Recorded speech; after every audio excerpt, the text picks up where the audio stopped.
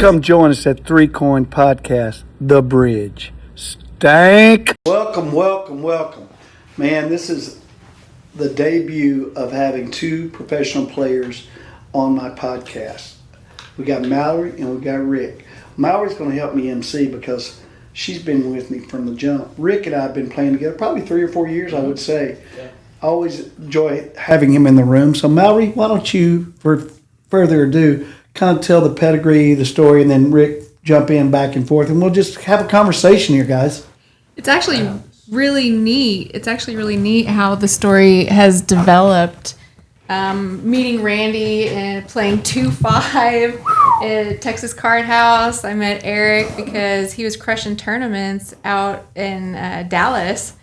I was like, well, he's got some fresh money. He needs to come blast in the tournament cash game. So he came in. He aspires to be a whale. That's what you told me, at least. That's my goal.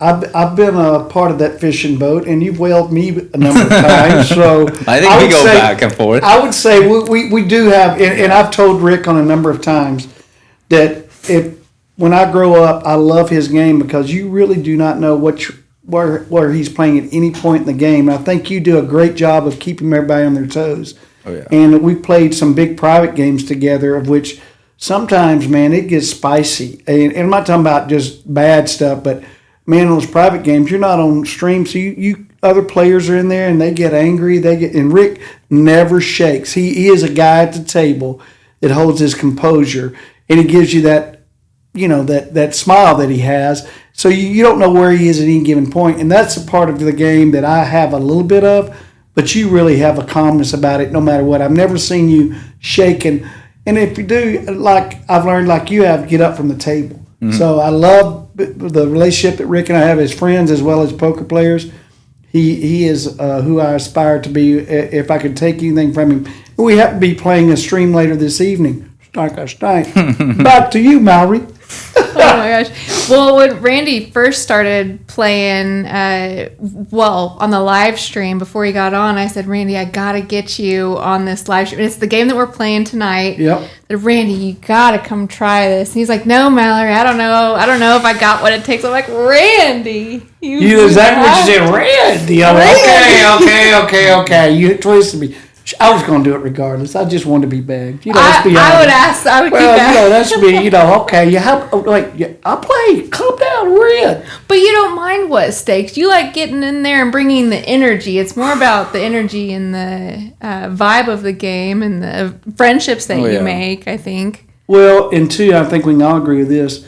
At that point, 2-5 is all I wanted to play. Mm-hmm. And as you progress, when the chips start looking like money during the game for you, that's when you can step up more. Mm.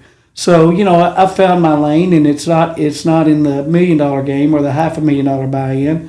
It's in the 25, 50 deal. As far as buy-ins on the big side. Which 2 years ago that was the biggest game out there. Now this high level poker, Rick's gone crazy, hasn't it? Yeah. I mean, now you're traveling the world playing every stream. I am, and I'm enjoying it. And guys, I am not I don't play in between streams. Mm-hmm. I watch a lot of poker. I visit, think about poker's, our brand, the whole 9 yards. We're associated with the cards one way or the other every day. But as far as me sitting at a table, I just don't have the time left. So my progression and my learning has happened on TV and YouTube. And that's the good and the bad of it. But I think I've been a tutorial for somebody. Because I don't play in between games anymore. I just... Right. Other responsibilities, but I still am thinking about it. So that's part of my journey that, I don't know that I've ever told that, to that level, but it truly is. Tonight, and Phil Hellmuth told me this one time, and we can all agree with this. He says, Randy, I get better at every time I play a hand. Now, this is a guy that's been playing for 30 years. Probably 30 hours of the last 25 years a week, he's been doing something poker related. For that guy to say you get better every time, he means it. And I see it at my level, obviously in bigger jumps, because I'm still learning so much. Well, you can be an inspiration to players who didn't think that they could ever sit at the same table as a Phil Hellmuth, as an Alan Keating, as all of these different players who would never imagine to play. And that was a goal that I prayed about and thought about right before we met, Mallory. And that's part of our story is I had said, hey, I had some time on my hands, and I've always loved fashion, and I've always loved inspiration and motivating, and seeing people that have the same drive, learning from them. So it's all fallen into place, and it is through competition and getting better. But the other part that I think we can all three say is I did not realize as we go up the chain and the people we set around, it's a group. I never realized how much I would enjoy the people that I play poker with. That was part of the game when I started 3 years ago. I didn't realize. I mean, I played some, obviously just cash games around East Texas, and I played at Horseshoe in Bossier City, which they were my best friends growing up. I think, Rick, did y'all play over there the other night, meet some of them? Oh, they had some stories, I'm sure. Yeah. And the Horseshoe in Bossier was my learning ground. When I'm 64 next week. When I was 50, I started playing the game and really trying to learn it. So relatively speaking, I've been playing 14 years, and I've gotten okay, but I know I'm gonna get better. So Well, you anyway. moved up in stakes. When did you decide to start moving up in stakes? Well, I think mine was a little different because I've played this game so long, and I grinded up the small stakes for a long time. I mainly played online, and this started during college time. I would go to class and then just come back and gamble and play poker and get better that way. And once I got a job, I was like, I can't do this anymore. I love poker, so I try to grind up the stakes the right way, and now I'm here. Rick, I watch all your stuff. I mean, I love how you explain yourself. And the other day, you told your story. You just got you kind of dove deeper into, yes, it was still a risk when you did it, but you had some data to support that you could have a career change. Could you kind of take us back to what year that was and how that came to play, if you don't mind, Rick? Yeah, of course. I mean, I think when I really took it seriously was during COVID time when everyone's inside, and this was when I was going to work, and then I would play online pretty much more than I was going into work at this point. What was work at that point, Rick? I was working at Pepsi actually in their strategy group. That was my first job out of school. Did you get that through Google or somebody? Just kind of went online, filled out some paperwork. Exactly. It seems like a little bit of an executive position, if you don't mind me bringing that up. I mean, it was You a were good role. participating at a very high level at a career that you had wished for, hoped for, studied for, and made it a game plan. Which you're still traveling that circle and are aware of it. But as you analyze, you said, okay, this could be another thing that would really that you were very interested in doing. So let me get back and tell your story. I mean, I just want to be clear. You didn't halfway go, flip the coin. I mean, this wasn't something I've ever planned. I come from an immigrant background in Korea. I had a very traditional upbringing. I went to a good school, so none of this was expected. My parents still are, here and there with what I'm doing. My parents also. Yeah. I've never planned for this to happen. I was. Nor would they allowed you to. Right. They would have squashed that immediately. Right. And when I started kind of going seriously, they were like, okay, have fun with it. Now looking back, they'll probably have nipped it in the bud right there. But it just, whether it's addiction or just, I love the game, so I just became so deep into it, and every day was so fun. I was like, I can't imagine doing anything else. So, just play every day, get better. And at some point, I was like, okay, this just makes sense. I have enough data. I know I could live off of this. There's nothing I'll rather do. So now you've taken poker a step further, not just playing it. You've developed a new project. What's this new project? Oh, let's hear it. Yeah, so I'm building out 2 different apps right now in the poker space. One is more for playing and learning for basically free. I feel like there's a lot of people that kind of similar, that don't come from a poker background, love poker, but don't want to invest actual monetary risk to learn in the first place. So I'm trying to create a platform where people can learn more gamify poker that way.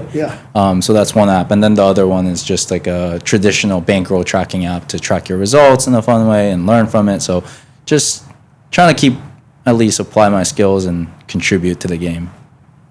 Do they apply a sense of community? Is there going to be a forum where people can post hand histories, have groups, friends you can follow? Right. Yeah, so the tracking will have ways to record your hand, share it with friends. They'll be able to react, like similar to some social medias, and keep like. There's not really any platform that like allows you to share hands other than videos, at least Okay. in the poker space, right? Okay. Like only way you can do it is Wolfgang style, like share a hand, or like people write these like text hand histories that no one really understands unless you're in the poker space. So trying to make that a little bit more fun too. Yeah. And going back to what you said, since I haven't grinded and haven't played online, I've played relatively very few hands compared to the people I sit with. And I know that going in as part of my journey. But I've never learned as much by winning as I have by losing. When I first started out, I was played at Hustler maybe 3 years ago. I got voted on the All-Star game that year. And, man, I had great success up front. I mean, but my first year at WSOP was 3 years ago. I came back, and I only played cash games. I didn't play any tournaments, but there were so many good players or just players with cash in Vegas during that. Right. I won $160,000 above my buy-in. So, I cleared it. I need a tracker now to keep up with it, or maybe I don't. But anyway, but it was beginner's luck. And I knew how to play a good hand. Right. And I just played it out. And the pros I was playing with said, he ain't playing like this. Because I was playing street poker. And these people aren't. And still this day, I'm never going to lose the street poker mentality. Oh, yeah. I was in a hand the other day at the lodge, and I knew that we were going to run it twice. There were three of us in the hand, and I normally only run once. It's kind of where I said, if you want to beat me, you better have the hand to beat me. So but I thought out in advance, hey, I know I'm going to say I'll do with the table once. And I knew these two guys were going to run it twice. Right. Well, the turn put me forward to the flush, and I had the ace. So I knew we were going to run it twice, and I knew it's for all my marbles. I was not going to buy in again. Another thing I've started doing is I would plan how much I'm going to put in the game ahead of time. If it means me getting up after the first hour, it's embarrassing, but you need to be embarrassed if you're going to play that damn bad and not play your pots or play pot management. So I thought about that. I said, okay, it's you've got probably an hour and a half left on this stream. And it was going to be where I bought in, I had 50 to play with. If I would have scooped the two, I'd have been 60 up. Yeah. And if I third it, hell, I'm back in play. So I made a decision then, and I said it out loud, well, this will, either I hit it or I don't, because this is it. I didn't hit it, but guys, I felt good about the decision I made. Right. Yeah. Because that is how I play. Yeah. I mean, maybe on the book I was definitely at a disadvantage, but how many times have I lost the hand with a huge advantage on the river? That's part of this silly game. You could play it up, but the unpredictability is that's the part that I get hooked on. Yeah. Who you are is the advantage. Yeah, you being who you are. And if I don't play that hand, I quit playing. Yeah. With me at that point, because I'm playing with a whole lot better players. I know this. Right. But I've got them heads up. And that's one thing I've learned from other pros is, Brittany especially on Hustler, she wants to get you heads up as soon as possible. And then it's mano a mano. So just being around better players and learning the high-end strategy that they spent hours learning, I've been very astute in watching those. Yeah. So, it's just, and there again, I have so much to learn. I learn every time. Tonight I'm going to learn some stuff. Hopefully I'm going to teach you a few things, baby. That's the beautiful thing, right? Is like you don't have to go into like the books to learn poker. You can just be really observant when you play. You play only stream, so you can watch all your stream footage. You can see I've started what people doing do. that. First, I couldn't stand to see myself on TV. Now I love seeing myself on TV. Oh, I say, who you watch? Oh, just 3 corners. Again, I go, always, baby. Good deal. I'll interrupt you. So, Rick, then you started, what year was that? That was after COVID that you said, okay, I'm going to make the jump. And did you were tournament play then? Yeah, I was mainly playing tournaments at that time. This was now, I did that during COVID 2020, and then I was still living in New York at the time, which is where I was doing my work. And when I realized this was what I was doing full time, that's when I moved to Dallas. And I think in like the first week, I had a very fortunate final table on one of the big TCH main events. Yeah. And that's when I reached out like to Mallory for the first time. I was like, I was looking at the stream and I was like, all right, this looks fun too. I wasn't really a Cash player at that time at all. So I was like, all right, I want to get in. And I started social media also at that time. This was all happening kind of Same kind of way. When I met Mallory, I've been Exploded. thinking when I get good enough, I want to be on a deal. And then Mallory, Yeah. first 3 weeks, I go, okay. Yeah. Oh, please, I didn't mean to Yeah, interrupt you, but it's so similar. That's Yeah, exactly how right, we came in right. contact. And I was, at the time, I was like, TikTok was a little bit more popular in people my age, so I started doing like poker TikToks, but more like lifestyle. There was no one that was doing really like poker pro lifestyle, trying to We're be a doing pro. lifestyle, yeah. And, you know, everyone was doing like hands, but I didn't really enjoy them, and I honestly started creating because I was like, I don't see any of this, so I want to Yeah. kind of share this journey with people, and that's, yeah. Well, and also too, our friend Wolfgang, man, he does such a good job with his entertainment Yeah. and his stuff. Oh, yeah. Explaining hands. And there's a few more that I really watch that I like Right. watching them, but Yeah. Wolfgang is such an artist at it and understanding. And I watch his just whatever. Oh, yeah. And Lifetime, I think I've won one hand from Wolfgang. I mean, when that worm turns, I'm Same. coming after It's you. a hard guy to Oh, win my money from. God. I've given him a lot of money. Yeah. So that you have a different palette out there, and you kind of go behind the scenes with once like managing your bankroll. Yeah. Like how do you get better in a culture in a form? Right. I think that's going to hit the spot for a lot of people. Yeah. You went from tournament to cash, and you're going from cash and To getting tournaments, into yeah. tournaments. My ROI on tournaments is not bad. Last year I was on a You got an international flag. He's got Yeah. an international flag on his. Will Helmy had his game for it was the people that run they supply water for third world countries, and it was all pros. There's probably Big drop. 60 of us, and I got third against all the pros. Yeah. Jesse was in it. Yeah. Jesse Lanas was in it. Everybody was in it. And I just Sean sat there Deeb was and I in it. played, and I got third. I won like $34,000 on a $5,000 buy-in. Wow. And I was able to give some of Yeah. that back because the third coin, Right. that's what we do. Yeah. But it gave me confidence. So I ROI very well in tournaments. Yeah. And now I'm playing with seniors, and normally the tournament players are so uptight they're boring. You know how it Yes. goes. Yeah. But in the senior event, we're a little bit looser because they've Yeah. seen it all. Yeah, And yeah. also, too, they know my personality more Right. than I know them. And they allow me some latitude. Yeah. And they Yeah. want me to Yeah. do some stick Of out course. there. Yeah, yeah, yeah. So that's when I go up in a couple of weeks, Rick, and I know we're going to be in some games together. Oh yeah. The senior tournaments I love. I'm never. I say never. That's a big term. I don't see me playing the main. It's just, man, that's just Really such a big. dedication. And this year I don't have the bandwidth to play the main. Yeah. It's a lot of But poker. the I mean, it's- the 2 days, the turbos, I freaking love. Yeah. Yeah. There's So- there's so many good Yeah. ones out there. And I'll be playing cash games at Aria and at Bellagio and wherever else during it as well. Right. Right. I'm not going to play. I've talked about playing on the Venetian stream, but there's been some complications come up, and you were supposed to be on there too. Did you have the same complications? Yeah, I think so. I thought Yeah. so too. And if it gets seen before we know, they still got 2 weeks to find a replacement. Yeah. Well, you actually weren't ever on the deal officially. Right. That could have been a problem for me, and I might have made it a problem for you. So that's on me. That's See okay. if we can book our own That's game. okay. out. I digress. Yeah. I digress. I mean, we can host a fun game out We there. could. Oh, Who do we got to we talk can to? invite one or two of those 5 players that Get can Nick crush on it. it. Stank, Yeah. Nick on tilt. Oh my goodness, he'll be flipping. If he ain't winning, he'll be flipping. What camera do I look into? Who do I got to talk to? I got a game. Just give me a day.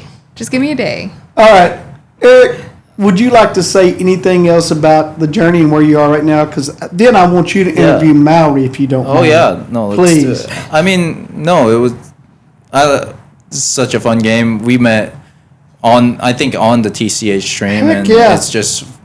I think you were also very new at the time to the game. yeah, of and I remember course. first time like I had no idea what 3Coin was. I was like, Yeah. I thought it was like some crypto brand. People still don't. Yeah. That's what I love. Yeah. They about it. do think it's some sort of because it's like it's coin Bitcoin. and Yeah, it's people. perfect. I was like, what is this guy money doing? is what it is. Yeah. This guy. It's in play. Sometimes I get my a 3-coin myself. That's about I go when I got 3-coin by 3-coin. It knows no master. It's kind of like that river card. Yeah. It knows no master. Yeah. I love that. It's true though. Yeah, and then from there, just watching you now go every stream and just blow up, it's such a cool journey to see. So it's been fun. It continues to be a lot of fun for me too, Yeah. and now building the brand of just keeping the challenge out there, and if it drives you and you're passionate about it, man, just lean into it. Yeah. And I think you're probably where you are, and I know Mallory, you're in the same space. We obviously need to pay some overhead with this wonderful game that we love. Oh, yeah. And y'all continue to do it a lot better than I am, but it's an investment spend for my part, like it is all of us. Right. Rick, I know Mallory's story. Would you act like you don't know it and ask her a few? I'm questions? glad we're doing this because Let's do I it. don't know her story Let's that do well. it. We talk all the time. Don't tell everybody.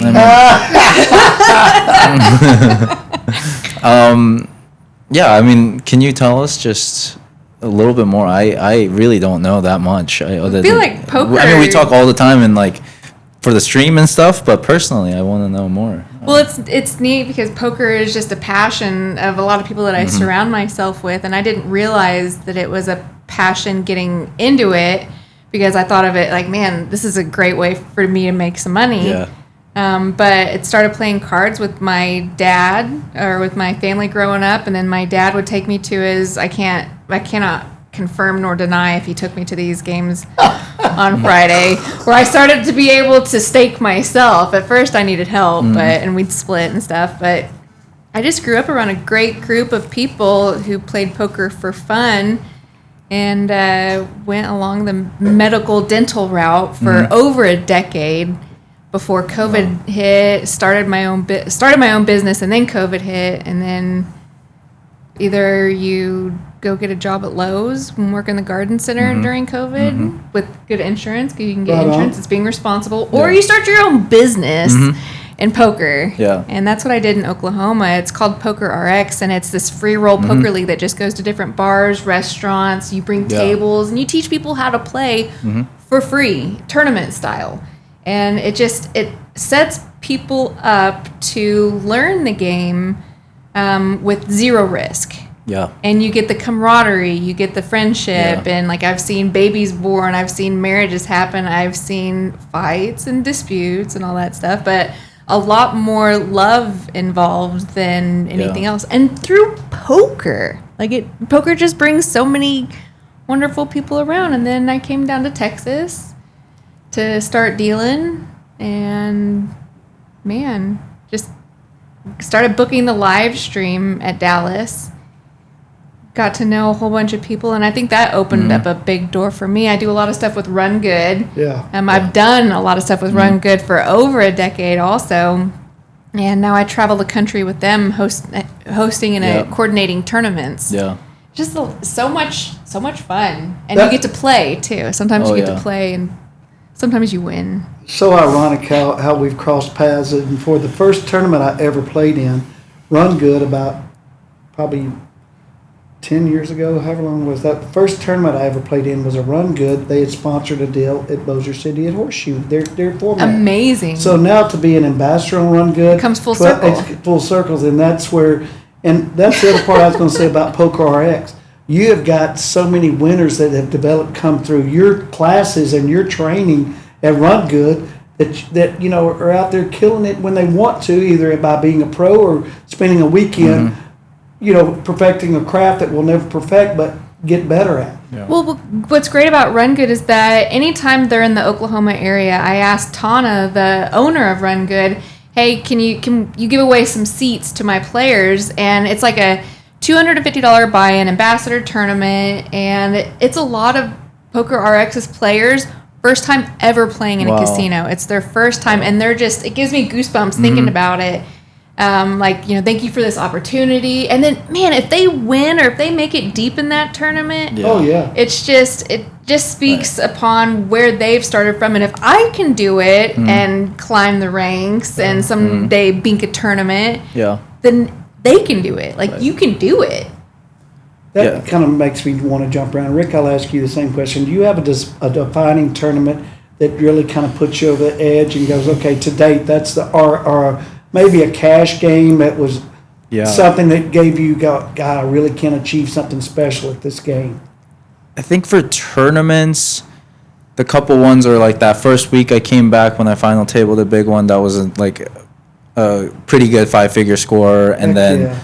I went up to Choctaw and tried to win my first WSOP ring because that was always like a life goal of mine. Oh, and yeah. so I spent an entire month in Choctaw with my Wow. best friend, like just trying to win a ring. It didn't matter what Yeah, buy-in it yeah, was. I yeah. just wanted to Playing for fire the ring. and get the ring. And I like, it doesn't always happen that way, but I got one. So that was another Let's like go. special moment. Like, That's cool. yeah. The one that I know about is the one I got to be present at. But Mallory, would you tell us your biggest defining moment? Oh my gosh, I'm not. I can't say I'm not a tournament player anymore, according to the IRS. But I'm not. I'm not a tournament player. I was more of a cash game player. So I came and played during the Trailblazer series at Texas Card House in Dallas, and it was a live stream night, and I was coming to play on a 1-2 game while watching the live stream on my phone while they're playing up there, and all of the tournament tables were taking up the cash game, so I couldn't play a cash game. But one of the stream players, one of my friends, Z-Fish, said, "Hey, Mallory, you should play in this tournament." I'm like, I don't know, I'm not really good at tournaments. He's like, "Here, well," he threw me a bone, and I said, "You want 50%?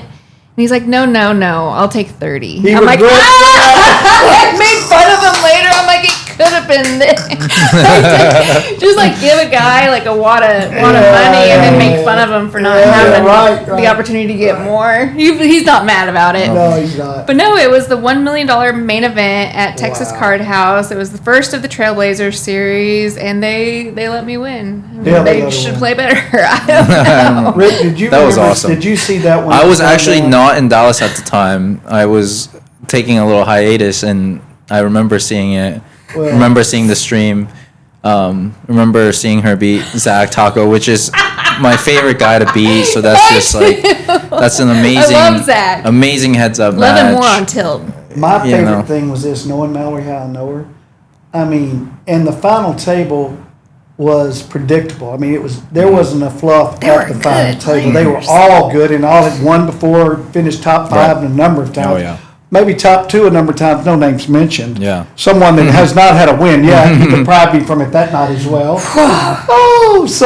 But y'all, as it got later, Mallory, everybody was sweating at the table. The guys that had been there before, the people that had been there before. Mallory had her back straight. And I'd assume it's from your cash background. Never let giving up, a tell. Good She up- had yeah. makeup on. She looked fresh. No beads of sweat. And she literally out-pro'd them and outplayed them. Oh, yeah. And picked her spots. And that was my most impressive part about that night. And I've told you that a number of times. You winning it was great. But you really intimidated the way your demeanor was. The room, that table was not too big for you. You were ready I for knew it. I was gonna mess him up. You did though. I knew I was gonna mess them all up. I mean, that's again me watching and learning. If I'm in that position, act like you've been there before, and it's you epitomized that night, and I was as proud of that as you winning and getting you up front where you could now invest and do some other things inside of poker. And Mallory and I have she is part of Three Coins. She's an executive here. She helps me. She will set up stuff in front for me, and they know if they're talking to Mallory, she represents me. And it's just been, once again, the gift of Mallory and I getting to be friends, and then we're getting to work together.